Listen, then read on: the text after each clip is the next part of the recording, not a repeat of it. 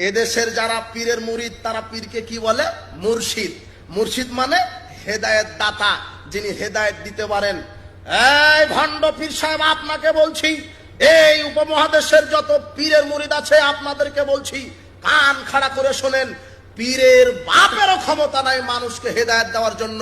পৃথিবীতে কোনো নবীর ক্ষমতা ছিল না মানুষকে হেদায়েত দেওয়ার জন্য। সে জায়গাতে তোমার এই মরা এই ভণ্ড পীর কি করে মানুষকে হেদায়েত দিতে পারে? ইব্রাহিম আলাইহিস সালাম তার বাপকে হেদায়েত দিতে পারেনি, নূহ আলাইহিস সালাম তার ছেলেকে হেদায়েত দিতে পারেনি। রাসূল সাল্লাল্লাহু আলাইহি ওয়াসাল্লাম তার চাচা আবু তালেব মরার সময় বলছেন, চাচা ইয়া আম্মি কুল আশহাদু আল্লা লা ইলাহা ইল্লাল্লাহ, হে আমার চাচা আপনি শুধু একবার বলেন লা ইলাহা ইল্লাল্লাহ, আমি আপনার ব্যাপারে সুপারিশ করব। তখন আল্লাহ বলছেন, হে মুহাম্মদ, হেদায়েতের মালিক তুমি নও, হেদায়েতের মালিক আমি আল্লাহ। আরে যেখানে নবী, সর্বশ্রেষ্ঠ নবী, তার চাচাকে হেদায়েত দিতে পারলো না, সে জায়গাতে হুজুর কোরআনের আয়াত মেরে দিয়ে বলছেন যে আমার মুরিদ হও আমি জান্নাত দেব।